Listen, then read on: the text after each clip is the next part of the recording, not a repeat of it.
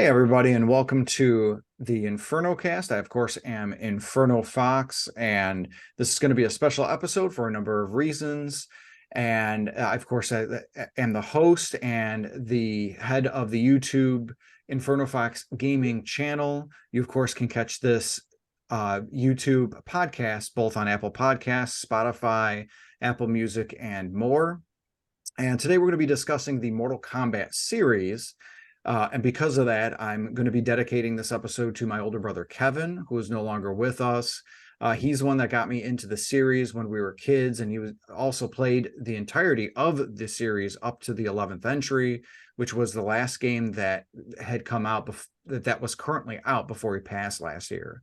Also, because of this topic, I got a special guest joining us today for today's conversation, and that's going to be Randy. He is the host of the podcast, the Bánh Chronicles, and he has hosted several noteworthy contributors in the AAPI diaspora, and also has been nominated for the People's Choice Podcast Awards in the Best Asian Hosted Podcast category for 2022 and 2023. And you can catch his podcast, which is currently available on Apple Podcasts and Spotify. Randy, thank you for joining us. Thank you so much for bringing me in. And definitely glad to have you. And we have got my normal cast and crew of our wonderful delinquents here. And starting with our first delinquent, Astrimedes. He is the developer and co-owner of Second Place Games. Astrimedes, thank you for joining us. Thanks for having me. I'm the lead delinquent.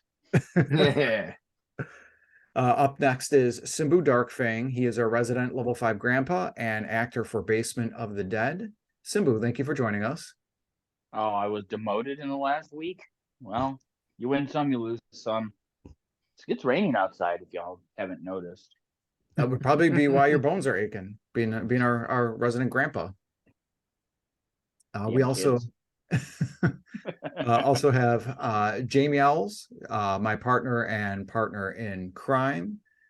Jamie Owls, thank you so much for joining us. I think I heard some noise in the background in the other room, so if you can't answer us immediately, that's okay. No, I'm here. Thanks for having me.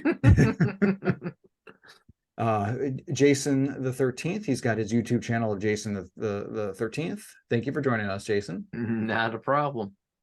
And last but certainly not least delinquent, we have Stormrosesky of the Twitch and YouTube channels of Stormrosesky. Storm, thank you for joining us. Thank you for having me. It's a pleasure to be here, and I'm happy to see Randy's able to join us. That's exciting.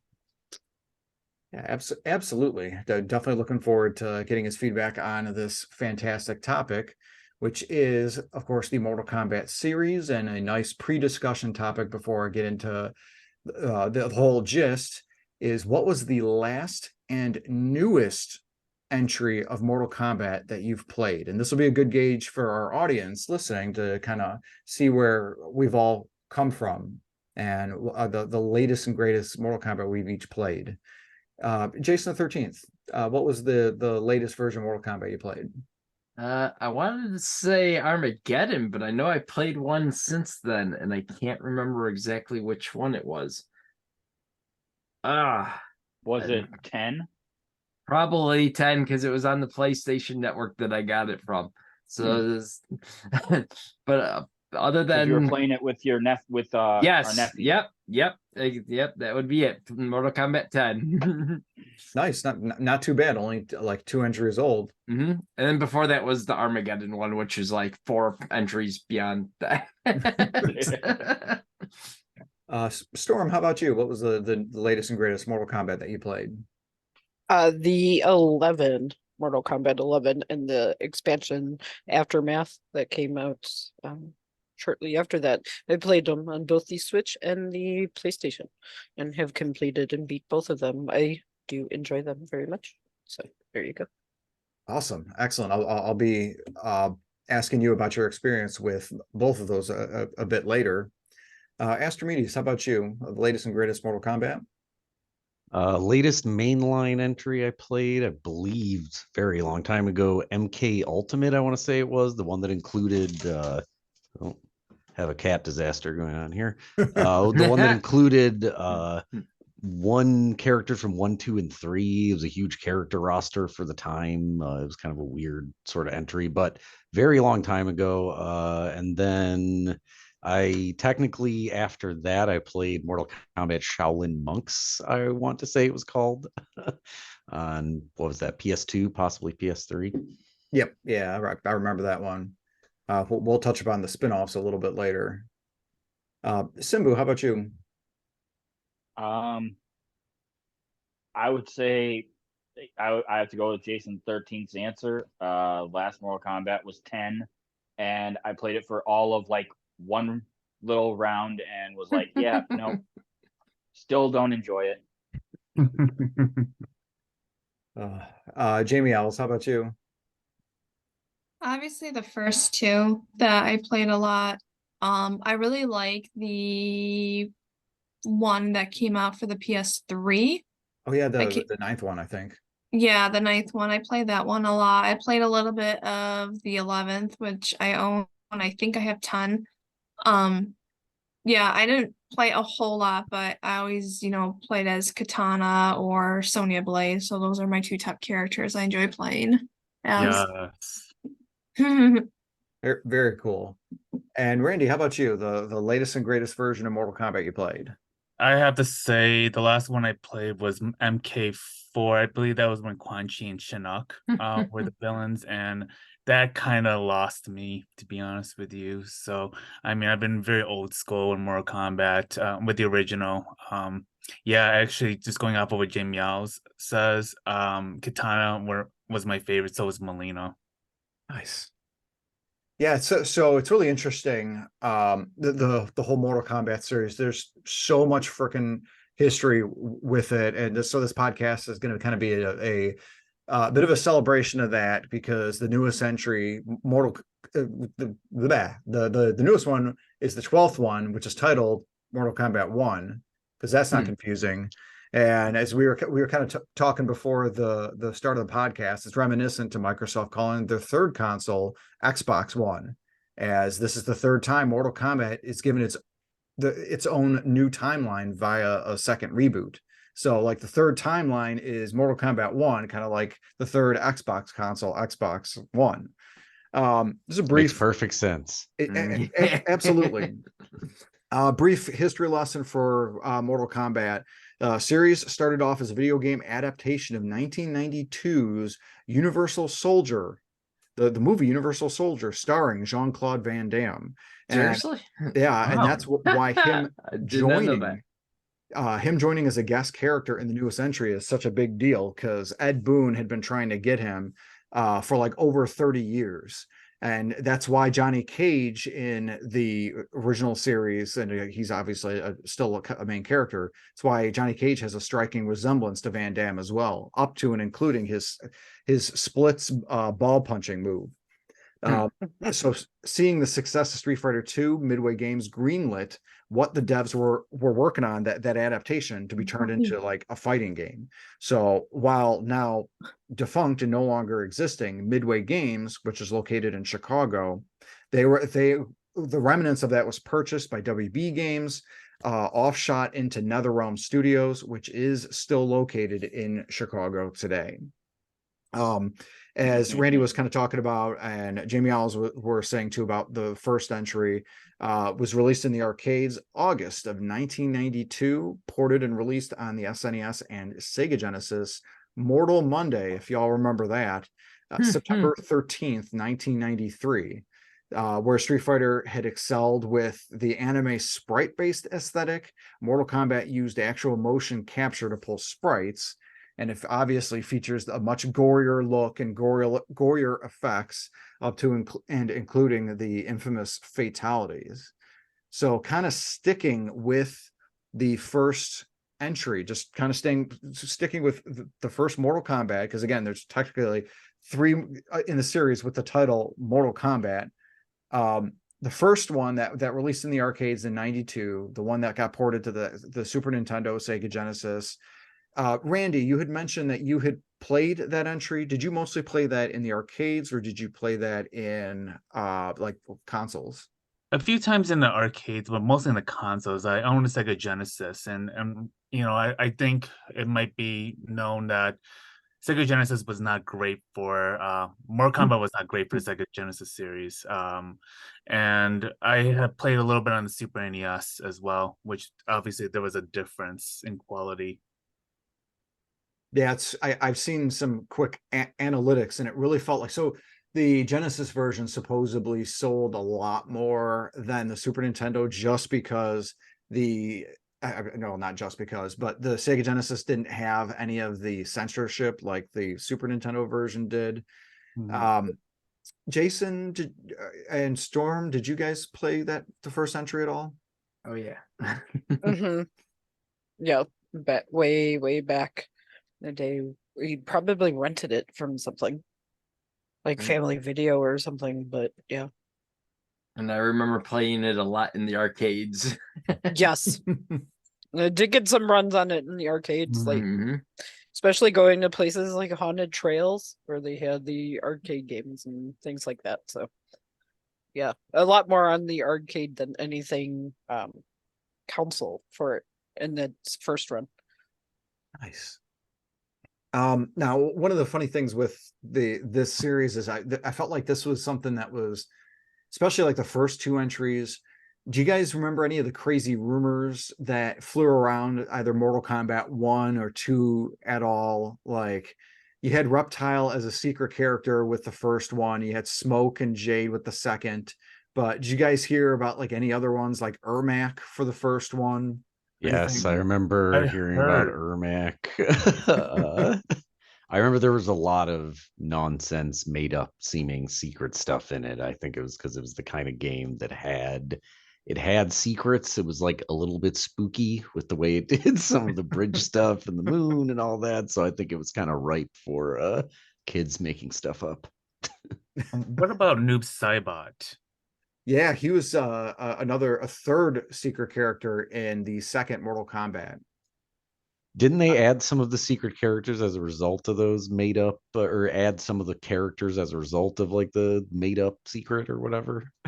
Yeah, it's funny because Ermac, supposedly the name appeared next to a total number of times Reptile was battled in the arcade version, though Ermac technically stands for error macros. So EGM, back when EGM used to fake a whole bunch of crap, they faked a picture of Red Ninja because they had the yellow with Scorpion and the blue with Sub-Zero, and said, "Oh, this is Ermac. He's the color of blood, and to unlock him, you have to there's one arena where there's a circle in the middle and statues of all the characters. You had to fight and win the whole match in the circle to unlock him." I remember that being a thing. Ermac obviously was fake, but they ended up adding him in for like Ultimate Mortal Kombat 3. Randy, you'll dig this. Another one of the reskins they added for Ultimate Mortal Kombat 3 was the purple ninja named Rain. I remember that. Yes, I remember Rain. Yeah, that was literally a gag character who ended up getting retconned into being a main character, I think starting in the 6th or the 7th in the series. I forget which, but that's crazy. The arcade the Smoke in the forest. Yeah, because you're right, because you could see Smoke and Jade popping out from the trees. Poking out from the trees, that's right. Yeah. So regarding that, Mortal Kombat 2 was released a year later after the first entry in 93, ports Super Nintendo, Genesis on Mortal Friday, September 9th, 1994. Nice try, guys. So close. So I played the first entry a little bit, but it was the second one that on the Super Nintendo that got mine and my brother Kevin's attention the most growing up. So I know you guys mentioned about playing the first one. Jamie Ellis, what sort of memories do you have playing the second entry of Mortal Kombat? I just know I played the second one more than the first. I don't know if it's because the second one had more like female characters that for me I can relate to because I could play as a girl. So Yeah, I just remember playing the second one a lot more than the first. The first one I only played if my brother was playing along with me. That's cool. Simbu, did you play any of these old school 1 through 3 at all? I'm pretty sure I probably played some of them with Jason, but not a whole lot.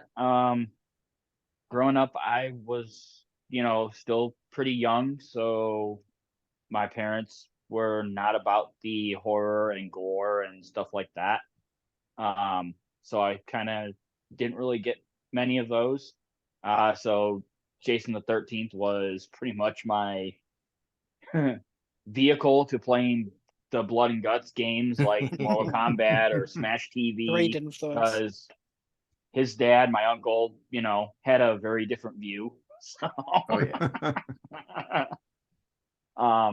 but just real quick about history, real fast. I want to bring this up before we get any further. With Midway being a Chicago-based gaming company, Paul E. Niemeyer, who still lives in the Chicagoland area, is the original artist for the iconic dragon. And he works in the haunt industry. I can't remember which exact haunt, but he does work for a haunt here in Chicagoland. And then Daniel Pacina, the original Ninjas, and John Parrish, the original Jacks. They all still live here in Chicago as well. So the original mocap actors, I've been able to meet them at different conventions and things like that. So really cool to see that, there's a lot of good that came out of Chicago for gaming. So that is nice. But yeah, I played them a bit, but not as much as probably the rest of you guys. At a game jam I was at a very long time ago, one of the Midway guys, original Midway guys, was there. I don't remember his name though. No, that's cool. And Simbu, you make a good point about the impact overall on gaming done from Chicago. I think that'll be a future episode that we could touch upon. All the gaming companies that either have roots from Chicago or made games in Chicago. I think that'd be a cool thing to touch upon. For me, it's funny. I think where the first entry for the Super and the Sega Genesis was kind of like, okay, the Super Nintendo version ran a little bit better, but the Sega had the gore and the fatalities. The second entry, there was no competition. The Super Nintendo version was the superior one, because not only did it have the better sound, the better colors, it ran better, it had no censorship whatsoever. There was nothing, all of the fatalities and everything were there. And I would argue, call me crazy, I would argue the Super Nintendo version of Mortal Kombat 2 is the superior one over the arcade one. My big argument, the only reason why it would be better is because it's fairer, where the code is set up in the arcade Mortal Kombat 2 to ramp up the difficulty way too much. The code for the Super Nintendo one isn't meant to do that for one player antics, because of the fact that obviously it's an arcade. They want you to munch quarters, and there's a whole system behind the code on that. There's a video from a YouTube content creator by the name of MVG. I recommend looking into that and taking a look at that if you're interested on how the code of that works. But it's definitely one of those things that I prefer the Super Nintendo one of that. And funny, one of the memories that I'll share from my brother was we had a local comic book store at our hometown, where there was a Mortal Kombat 2 arcade set up in the comic book store. So my brother ended up going and winning 50 matches in a row, to where that unlocks the Noob Saibot battle. And then it's totally optional, and he ends up beating Noob Saibot, and he ended up getting it to 100 wins in a row, and he names it with the 3 letters for the name of the comic book store. And it was about a year before he passed when I got my Mortal Kombat 2 arcade, and I reminded him of the story, and he's like, I don't remember doing that. I don't think I would have been I'm pretty sure I would have been selfish to where I would have put my own three initials KEV there. I don't see myself putting the store. And I was like, I don't know, that's what you told me. And I remember seeing the arcade and seeing the 100 wins with the 3 letters for the store. But it was cool. It was Sorry, go ahead. oh, no worries. It was a funny memory, and it was a fun thing to let him, to talk to him about before he passed. Yeah, I was going to say that it seemed like Mortal Kombat 2 arcade games showed up in a lot of places that didn't necessarily have a lot of arcade machines or anything. I remember there was a You're right. video store that had Mortal Kombat 2 in it that was actually the main place I did the majority of my Mortal Kombat 2 arcade game playing. I mainly played the first one on consoles and then played the second one also mainly on consoles, but in the arcade I actually didn't even know. Well, I knew from the news when everyone was upset about it, the fatalities and everything when it first came out. I knew from the news it existed in the arcade, but didn't really run into the first one a lot in arcades directly. And then for some reason I felt like I saw the second one kind of everywhere without having to go to an arcade even. I agree with Astrimedes on this one, because Mortal Kombat 2 arcade was, I mean, it existed everywhere. I mean, you would find it at a Super Kmart. I would find it, actually, I don't know if you know, in Westmont, the International, the Chinese Plaza over there, they used to have Mortal Kombat 2 arcade. Yeah, that was how prevalent it was. Yeah. But yeah, I think, you know, Glenn's making a great case for Super NES being superior than the arcade, which is a fair question, which is a very fair debate. I kind of lean towards Super NES because it was such a transformational experience for many Mortal Kombat users at that time. I mean, unfortunately, having a Sega Genesis, which, you know, you were devoid of the blood and guts, and you just did not have like half of what Super NES or even the arcade brought. Yeah, I played it on Genesis. I also we were a Genesis household also when I was a kid, and yeah, I only kind of found out later how much better. I think I had encountered the first one on SNES, and of course the immediate reaction is you have to put in a blood code to make the sweat red. It was not the best first impression, but yeah, as Inferno Fox said, the Super Nintendo version of Mortal Kombat 2, I think that's probably a fair statement that it's at least as good and probably better for the inevitable different way single player works as the arcade.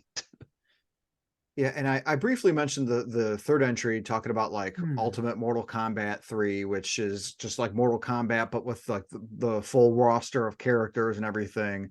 But I'm going to talk, I also want to touch upon something where, and we as a podcast group have talked about this a bit, where in 1995, the best video game movie of its time released. Then that, of course, it was the Mortal Kombat movie. The not so great sequel was released 2 years thereafter, Mortal Kombat Annihilation. I leave Jax alone. Yikes.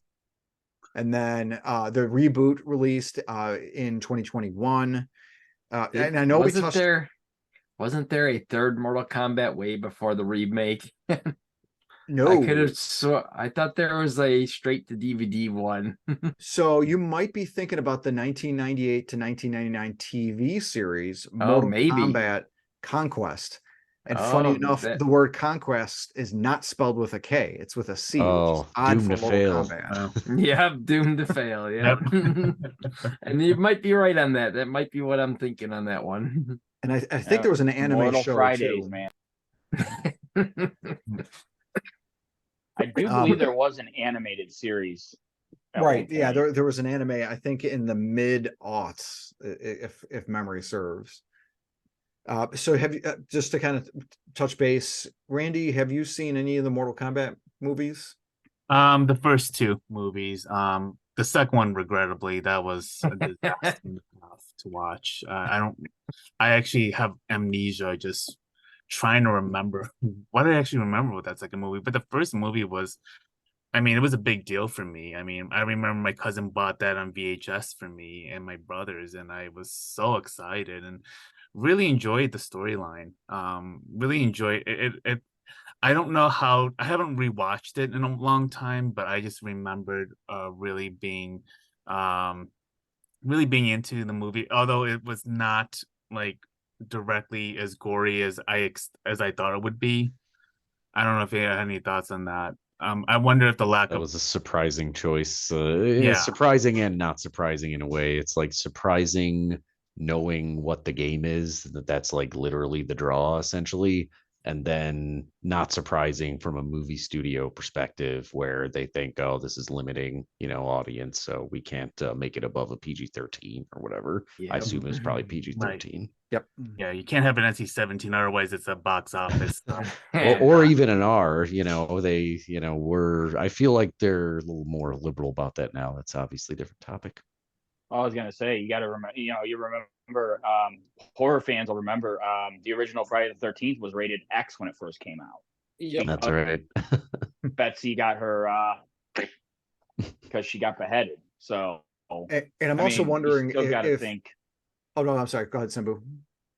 Oh, I was gonna say, you still got to think that even in the early 90s, that's still kind of weighing on the movie industry. Through the 90s, you see it progressively get more and more liberal, so to speak, with like gratuitous violence and things like that. And of course, you come to the end of the 90s and into the early aughts where, you've got movies like Exit Wounds and things like that. So Yeah, and with it being a video game movie, I also think that another factor is what Astrimedes had said is it's for video games, so you're going to think, oh, kids are going to want to go there. If they shoot for an R rating, then it's something where they're going to be limiting their own audience. But one of the big reasons is the whole censorship fight. Mortal Kombat, Night Trap, Doom, all of this were stuff that was shown in like the Washington led congressional hearings where like Joseph Lieberman was showing footage from all of these games and demanding that there be some way to either censor them or rate them or control them. And it made this whole big splash, and ultimately games like Mortal Kombat and Night Trap led to the ESRB ratings. So I feel them going and just doing like a PG or PG-13 rating for the Mortal Kombat 1 movie was sort of Ed Boon and John Tobias sort of acquiescing to some of that rhetoric. If they're trying to move towards another medium, being the movie medium, saying, okay, we know that this is something that's the big time, at least back then. We need to tone things down to be able to make it in this medium. So let's do what we can to do that, as it were. And then, of course, now you fast forward 30 years later, and video games easily eclipse anything that movies, TV, and music has all combined. So it's kind of funny to think that the opposite was true back in that day and age. But one thing I want to bring up is, if we're talking about the whole ESRB rating, that was an argument that was battled before in Congress, and that of course would be Dee Snider with the parental advisory stickers. Mm-hmm. Yeah, you're talking about so the video industry, game right? industry took the same approach and said, look, we're going to police ourselves and make this, rating system. Yep.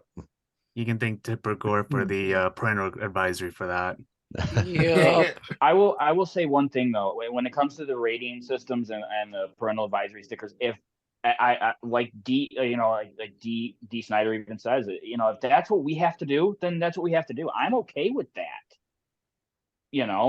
That's not. I don't mind not labeling unless it means that there is the issue of like, for example, signing an X rating to a movie isn't just giving it a rating, it's effectively banning it from theaters. Yep. So like the slight nuance comes in when you get to the upper end of those rating systems to where now it gives you power to effectively ban things.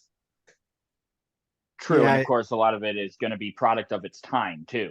Definitely. And at the opposite end of that, with the movie thing, is the fact that like Gremlins and Poltergeist were rated PG, when nowadays those would easily be at least PG-13, maybe even rated R. Mm-hmm. Yep. So kind of getting back to the the actual Mortal Kombat video games. We won't discuss the radio show. So the fourth entry, and Randy mentioned that he had played the fourth entry. That was actually the last time Mortal Kombat saw its presence physically in the arcades. I played that one a little bit, and that was interesting because that was like the first time Mortal Kombat went like 3D with not only the polygonal models, but if I'm remembering right, with like a 3D arena, kind of like taking a page out of Tekken. And from the fourth entry to, I believe, the seventh, Mortal Kombat Armageddon was when it kept that 3D arena. I think the eighth one, Mortal Kombat versus DC, went back to the flat like 2D arena. I think I'm trying to remember that, but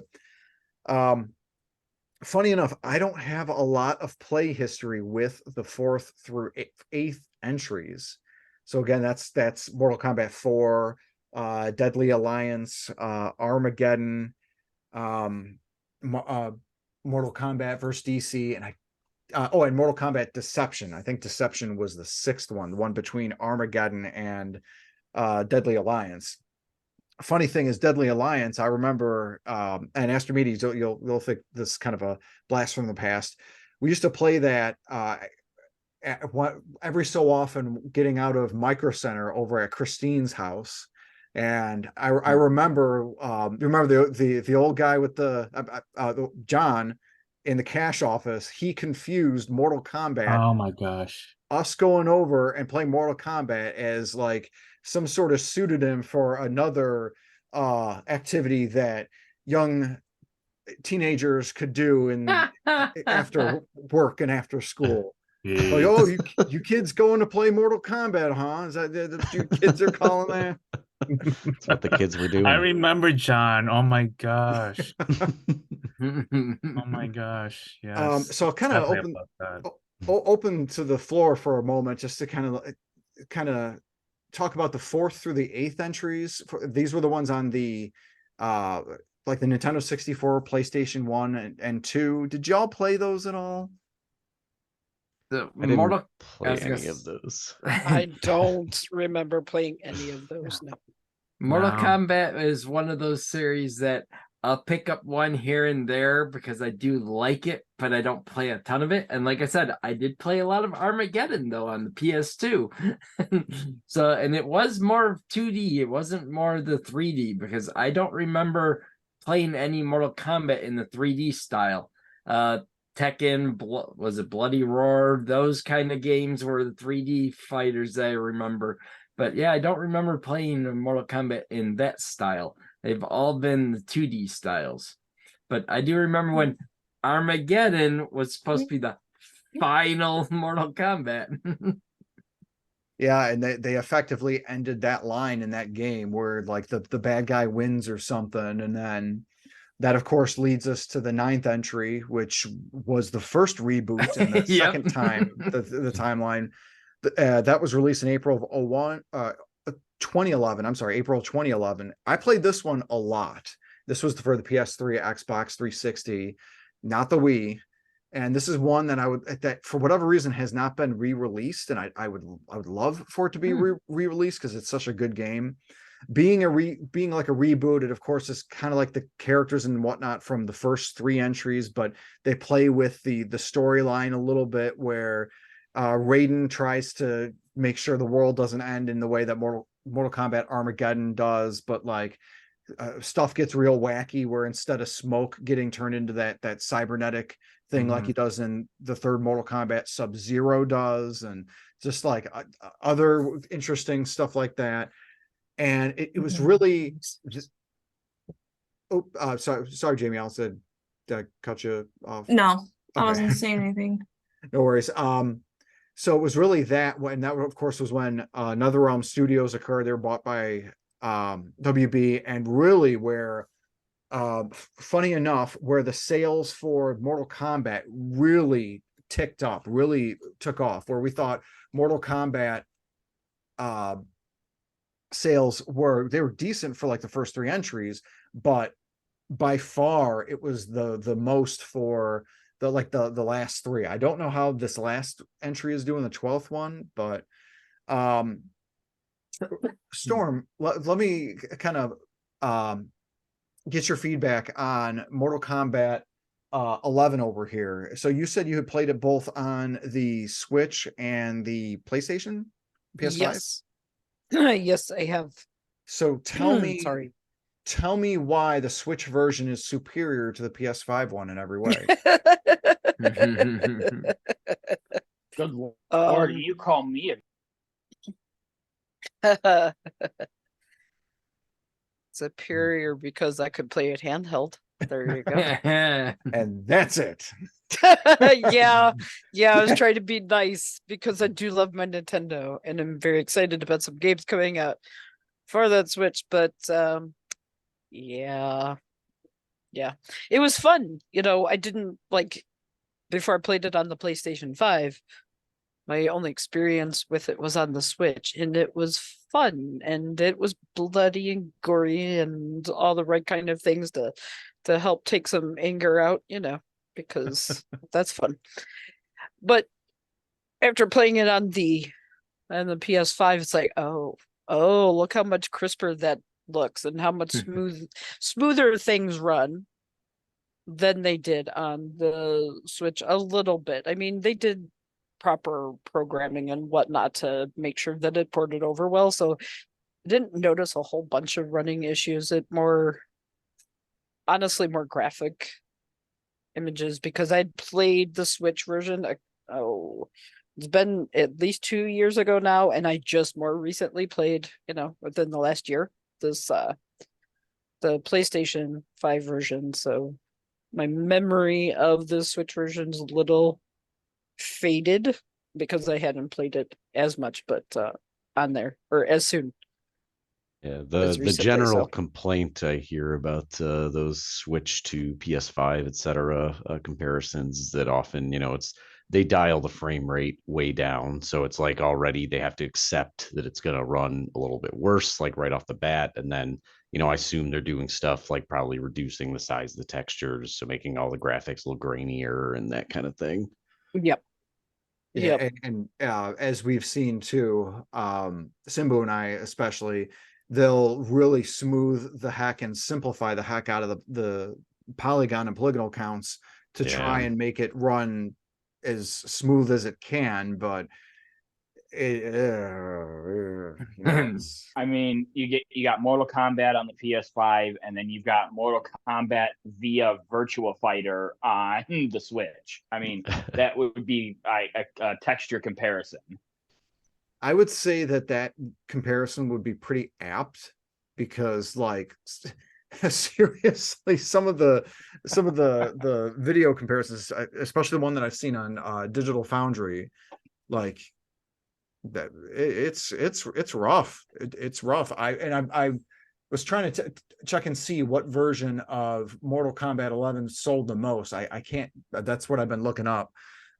Because the switch effect usually results in games selling more on that system than any other, but I can't seem to get that number. But the idea is, if there's over 100 million Switch units out there, that's more of a base for you to sell a game on. That's why there's been such a hard press to try and get some of these games to run on there that maybe doesn't have any right to run on business being on there in the first Yeah. place. Yeah, it Yeah. seems like the kind of niche, it's very big audience to call a niche, but the what Mortal Kombat has staked out for themselves is the later entries. Now it seems like visual fidelity, which I guess they were actually going for in their own way in the old ones too. Look, we're using mocap stuff. Don't these all look like real people doing this stuff? Because they are at effectively 12 frames a second in terms of what they're capturing in the old days. But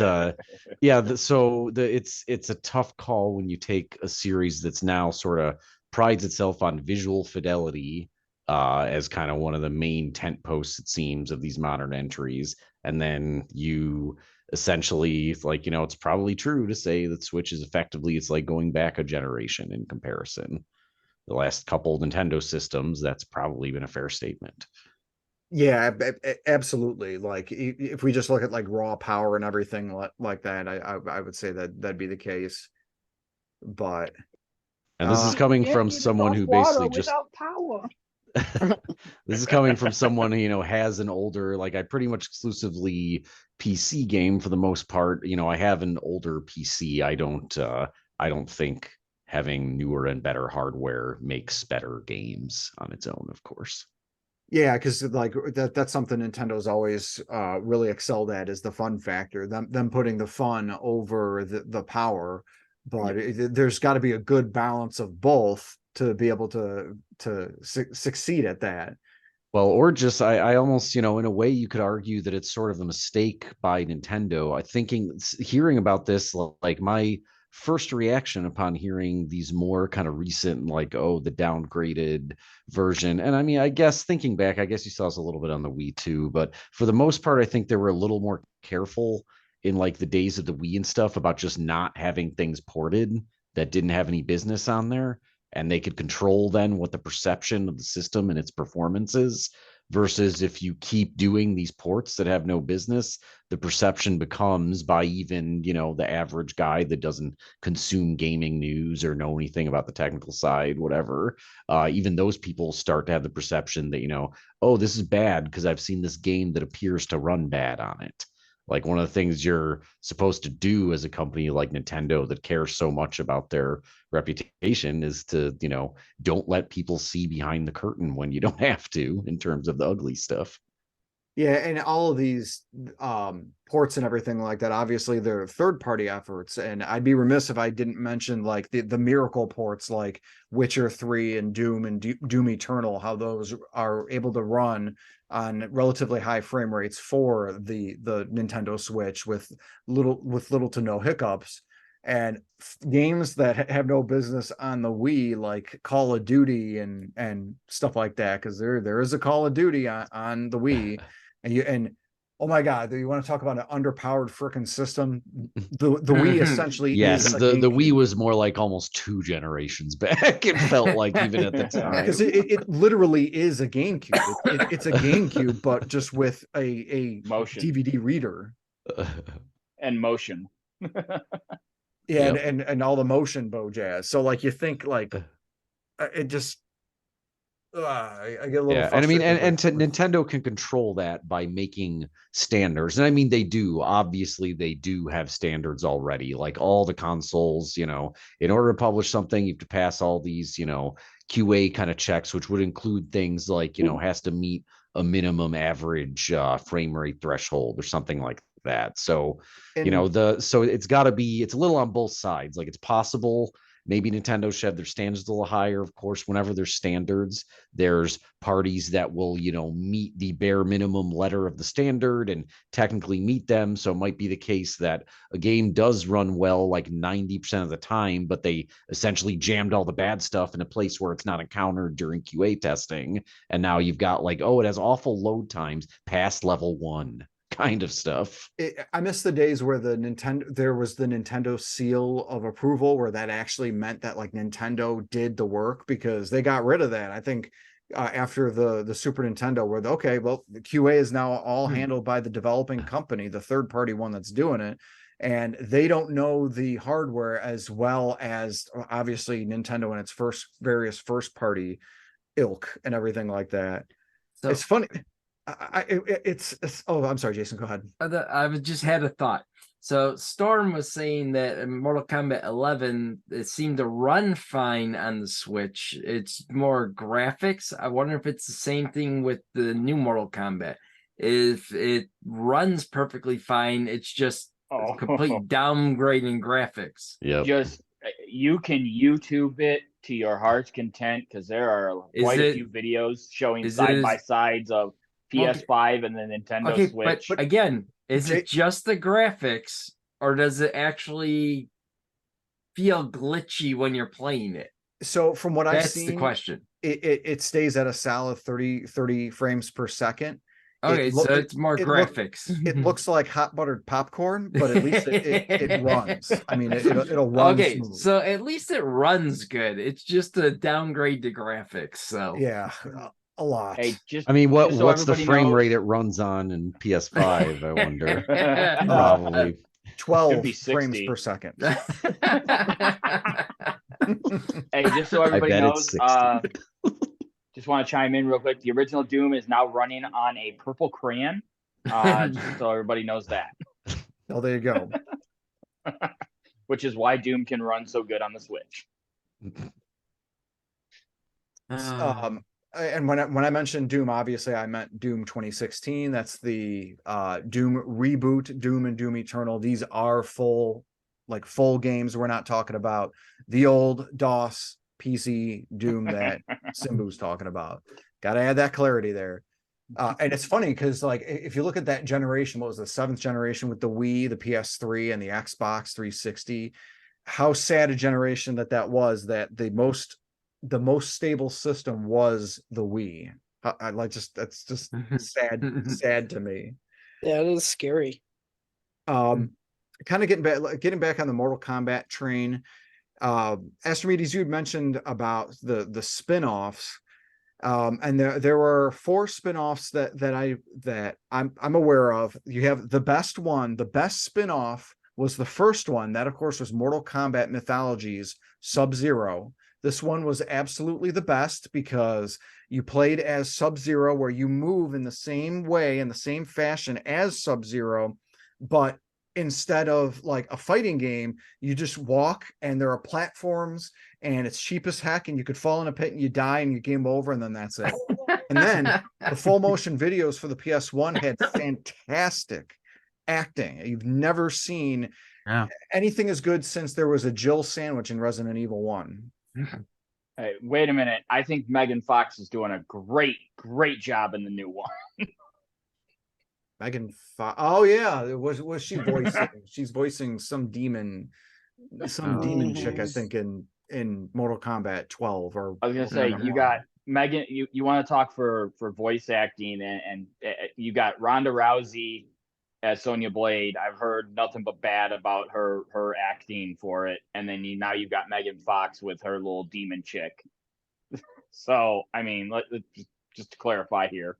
There's contenders for that. Isn't Jean-Claude Van Damme voicing himself too? I think I heard that. So I don't know. But it remains to be seen. So the other spin-offs, of course, are Mortal Kombat Special Forces. That one, surprisingly, is even, from what I've heard, is even worse than Mortal Kombat Mythologies. Mortal Kombat Shaolin Monks, which apparently is like the best of the spin-offs, like by a mile. Shaolin Monks is where you play as either Kung Lao or Liu Kang, and it's like a 3D action adventure in a way. Astrimedes, am I right? Yeah, it was kind of it was sort of like a beat 'em up with slightly too much jumping over pits and bits and pieces of platforming still that really didn't need to be there. Yeah, I've heard that was a surprisingly underrated game. Yeah, I thought it was pretty fun. It was, ultimately kind of forgettable. But I didn't remember I had played it until we actually started talking, even when trying to sit down and think about the Mortal Kombat games I'd played before the podcast here. So that's the impression it left. But I don't remember it being terrible, to be fair.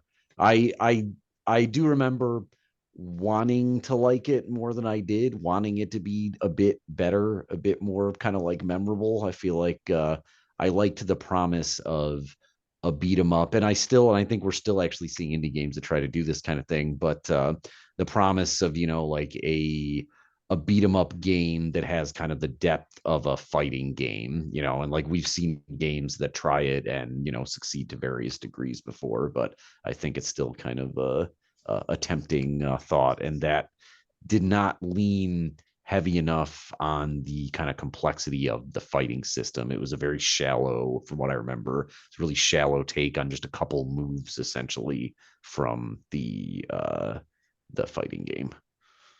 That's cool. And yeah, I think it was 2-player simultaneous play too, which is always a nice thing. I mean, if you got friends that can join you and play. And one of the cool things with Mortal Kombat is that there were some characters that appeared in the Injustice series of fighting games. Injustice 1 and 2. I believe it was just Scorpion was a guest character in the first one, and then the second one had a number of them, including like Sub-Zero. And there was a storyline where if Sub-Zero beat the game, he becomes like the new Batman in Gotham City or something. It's really kind of a interesting thing. But you could that was the Mortal Kombat, or that was the fighting game where you could have a Sub-Zero versus Leonardo from the Teenage Mutant Ninja Turtles battle type of a fight. And so if that's your sort of dream fight or dream battle like that, there you go. So I'm kind of surprised when Multiverses was really popping off before they went dormant, you didn't see any Mortal Kombat characters in there, because you've got Street Fighter characters in Smash Brothers. So the thought process is, okay, Multiverses is WB. Why not have Scorpion and Sub-Zero in that? That is a little surprising. Maybe they're saving that for, I mean, how dormant has the game gone? Have they reached the stage where they would have done something desperate if they were going to yet? Like release Mortal Kombat characters all of a sudden? They took it, well, what was it? 2022 last year, around August, I believe. They took it offline. As of June 25th, 2023. Sorry, I'm looking it up on my PS5 right now. The game, the open beta went dark. It's coming back early next year. So it was still in beta. I forgot. Okay, it's hard to tell these days. Yeah. So they got a lot of. It looks like they've got a lot of groundwork to cover from the beta. And of course, there's going to be I guarantee there's going to be a lot of stuff that gets probably introduced or reintroduced when it goes live.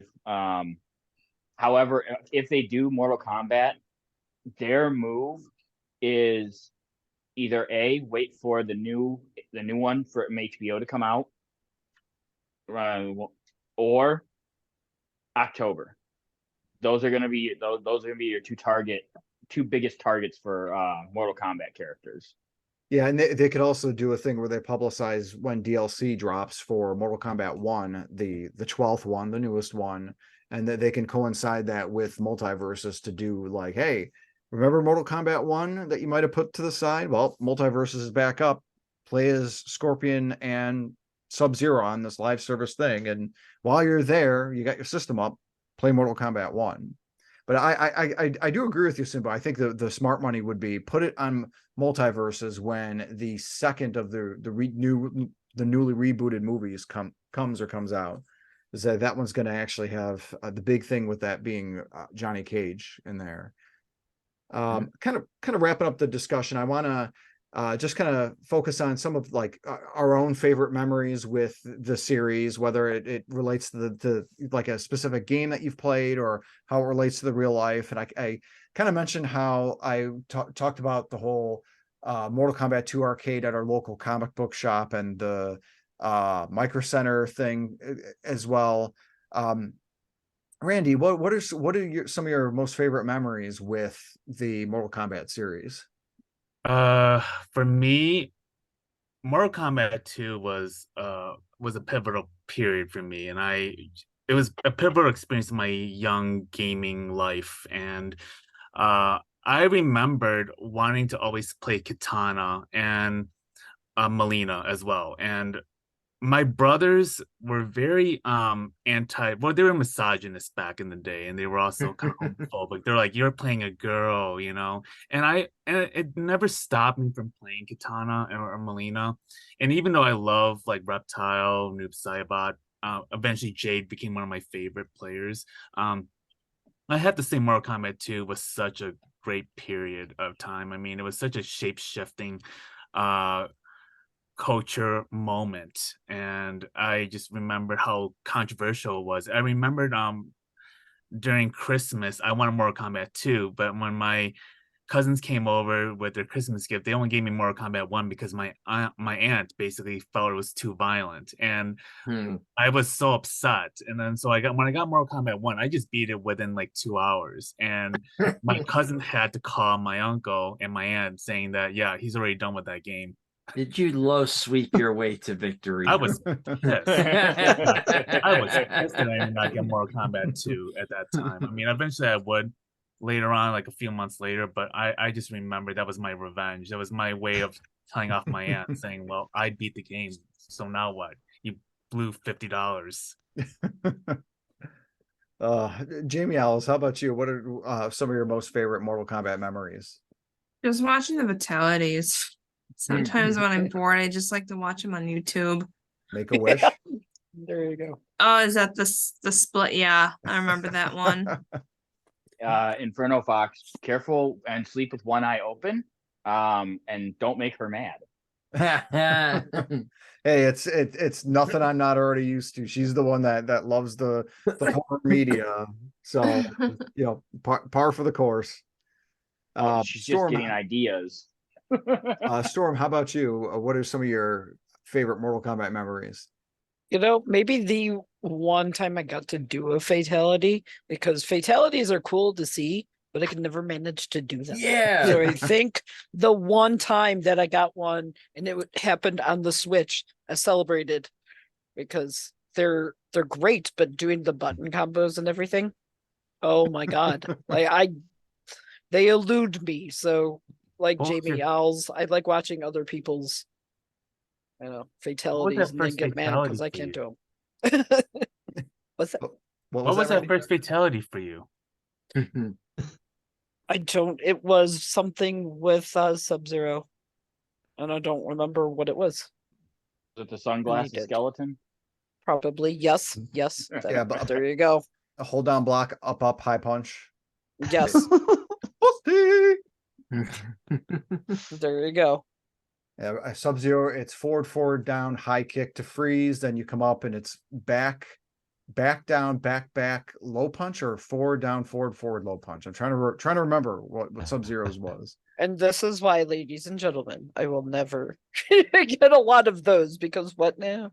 They're in the speed within which you have to do those patterns. Yes. Good God. And if Sugar burgers, it's a pain in the butt. And if you accidentally love tap the person who is like yes, doing that, yes, immediately done. And you only little have like jab, yes. and seconds it's to pull it off. done. And that Oh. has happened a lot to me as well, because I'll accidentally get too close to them and boop, done. They just fall Yep. over and you're like, sigh. Let's not even add in the whole with the whole hit stick setup, where it's like, oh, up half moon, up half zigzag. God. Oh yeah, then there's like weird joystick versus D-pad input differences. Yeah. Oh, and what I forget which version, or if they just finally added it to all of them. Like every character had like 6 different fatalities they could pull off. Gosh. Yeah, there was a thing where there was just one on the first one, and then there was one or two with Mortal Kombat 2 and a friendship, and then the third one had 2 and then a friendship, and then an animality, and then there were babalities, and then they added brutalities. I did not understand the need for the brutality. Honestly. Yeah, that seems like pretty they're all unnecessary. The same They're all pretty brutal. Also, you have like 8 skulls, and 8. It's like, make it make sense, people. Oh, they stopped caring about it making sense, it seems, pretty quickly. Jason, how about you? I remember playing a lot of the older games with my brothers when we were younger. Now they don't play as many fighting games unless it's Smash Brothers. But side note, I do remember renting the Mortal Kombat side game of Sub-Zero. I do remember that one. Yep, Mythology Sub-Zero, the best one. And it was probably bad enough, which is why I've never played the other side games of Mortal Kombat. They set it up like it was going to be a series too. Yes, they did. Yep. They were preparing for it. And it really didn't take off at all. But I do remember a lot of those. I like fighting games now, but finding people to play the fighting games is the harder one now. It's unless I'm going online to play random people, I just don't have the people to play the fighting games with. Yeah, and some as I've gotten older, like I think it's kind of like a fundamental problem with most fighting games. It's like such a huge barrier of entry that, like, Mhm. like, oh, just Mhm. play with me. I've been playing this game for a year and you've never played it. Like, it's going to be a Yep. ton of fun, I'm sure, for both of us. Yep. So, yep, all my good, like, fond memories of Mortal Kombat were all from the old games, original games. When the controllers weren't so easily broken. yes. Because I'm sorry, but these games are controller breakers. Yeah, And especially Yes. if you know nothing about fighting games and you're a masher, you can't mash like you did on the Super NES controller that you could throw across the room and it would still laugh at you. yeah, like the Super Nintendo controllers, they were ignore the fact that obviously Super Nintendo controllers didn't have these, but these were really designed to take the abuse. Whereas I've heard a lot of stories online for like Smash Brothers, even like the 3DS one. Yeah, Yep. the circle joystick thing on the 3DS breaking off or coming apart literally because it just can't handle the game. Simbu, what are some of your favorite memories with Mortal Kombat? I always enjoyed the Doctor, of course. The Doctor, he's always one of the highlights of the older matches or the older games. And then the couple levels like the bridge where you could do the special uppercut and knock them straight down into the spike pits, or what was it, the throne room where you could uppercut them into the spikes, because those seem to be the only two finishing moves I could ever do. I was able to shock somebody with Raiden once, but that was it. I could never remember the fatality because it's obviously it's different for everyone. The one that does the stage hazard fatality, I can never remember those. It's like I always want to do the one where you throw them in the slime pool and they turn into melted skeleton, and then if you're the person that gets melted, if you hit a series of buttons, it can then make a weird noise like oh or something like that. It's all part of the Mortal Kombat 1 and 2 mythos. All these crazy freaking rumors and whatnot. Astrimedes, how about you? What favorite Mortal Kombat memory do you got? I remember I played a lot of Mortal Kombat 1, as I said, kind of exclusively home console version. I remember Now, was playing that it Mortal with. Kombat 1 for the PS3, or is that I'm the sorry. original? What I the mean newest is one? the original Mortal Kombat that was the first Mortal Kombat that was released on the Sega Genesis console. There you go. You're not talking about Mortal Kombat, the one in 3027, right? No. Yeah, yes, the 7th time that they're going to reboot it. So that one, I played that one a lot on Sega Genesis, and I would play with a friend of mine down the street. I was probably maybe, let's see, I would have been, I don't know, 14, 15, maybe 15, 16, no, maybe a little younger than that, somewhere in that area, young teenager. So I played this game with a friend of mine. He had a younger brother who was significantly younger than us, who would play with us sometimes, and it was basically became a game to get him so upset, like beat him so bad to make him angry to where he would try to attack us, and then my friend would beat him up a little bit and kick him out, as older brothers do. But I remember the other kind of thing I remember about the Mortal Kombat games is I think Mortal Kombat 2, getting good enough at Mortal Kombat 2 to once or twice do a fatality in the arcade, and the few times I played there, by practicing at home, of course. That I think that was one of the first times I really like kind of set down, like, I'm going to become technically proficient at this game on purpose, basically, so I can do these things in the arcade. He was trying to show off for the girls. Yeah, right. There were no girls in the arcade. Oh, too funny. Yeah, so Mortal Kombat, it's definitely they have definitely slowed down quite a bit with the releases versus how they first started out. I feel like the quality is probably the best that it's been. Nintendo Switch ports notwithstanding, what we've got on the newest system really is phenomenal. I sad to say this is the Mortal Kombat podcast, and I haven't even played the newest one, and I'm supposed to be Mr. Video Game, but it's on my wish list. I'll probably end up picking it up for the holiday season, either on a Black Friday sale. But so either way, I'll probably end up doing a review and posting it on the Inferno Fox Gaming channel. So make sure that you like, subscribe, and ring that bell for notifications. But I just want to take another moment to thank not only my fantastic cast and crew, but also Randy for joining us. Randy, thank you again for joining in our Mortal Kombat tomfoolery and malarkey. Oh, thank you for bringing me in, and I actually enjoy hearing all these stories. It's bringing back so much nostalgia, and thank you for bringing me up to speed about this wonderful series. Absolutely. And you can catch Randy's podcast on Apple Podcasts and Spotify. That's the Bánh Me Chronicles.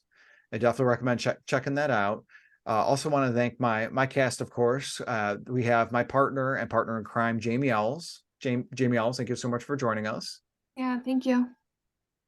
We also have Jason the 13th, YouTube channel of Jason the 13th, not just a clever name. Jason, thank you so much for joining us. Not a problem. I'll be looking forward to that Mortal Kombat Switch review. Yes, it will be the Switch version. No, it'll absolutely be the Switch version. Not. We also have Simbu Darkfang. Can't talk today, who is the level 5 grandpa and actor for Basement of the Dead. That Basement of the Dead is in the Chicagoland area, located specifically in Aurora, Illinois. Definitely recommend checking it out while we are still in spooky season.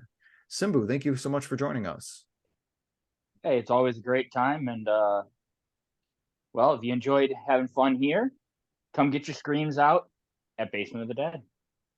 Yes, definitely. Please do. Again, Chicagoland area. Please check that out. It's a lot of fun. They put on a great production. I highly recommend it. Next up, of course, we have Stormrosesky of the Twitch and YouTube channels Stormrosesky. Storm, thank you so much for joining us. Thank you for having me. It was fun. And just before we go, one of these students yesterday, I asked what their favorite movie was, and I got told Mortal Kombat. So they were very excited that I also knew how to play and liked Mortal Kombat. So that's fun, A Nice. 10-year-old today, he's still liking the Mortal Kombat series. So there you go. Nice. Very cool. And Astrimedes, a developer and co-owner of Second Place Games. Astrimedes, thank you so much for joining us. Thanks for having me. Thanks for giving me an excuse to watch 10 minutes of new Mortal Kombat fatalities and be amazed that they now resemble summons from Final Fantasy. I was just watching that before I got on. And he's watching the Switch version only. I in particular enjoyed, I think it was Cyrax. He blows the entire Earth up with a bunch of bombs. And then Liu Kang, who creates a black hole that he's somehow immune to and throws his opponent into. Nice. And it's funny that Cyrax one actually is a upgraded version of one of his fatalities from the third Mortal Kombat. Makes sense. I thought the kind of all the balls jumping out looked familiar. Yeah. Alrighty, and thanks again to you, our listening audience. Definitely check us out. We post new episodes usually on Tuesdays, second week of the month. It's on Wednesdays. Again, it's on YouTube, Apple Podcasts, Spotify, Amazon Music, and more. Thanks again, and have a wonderful day.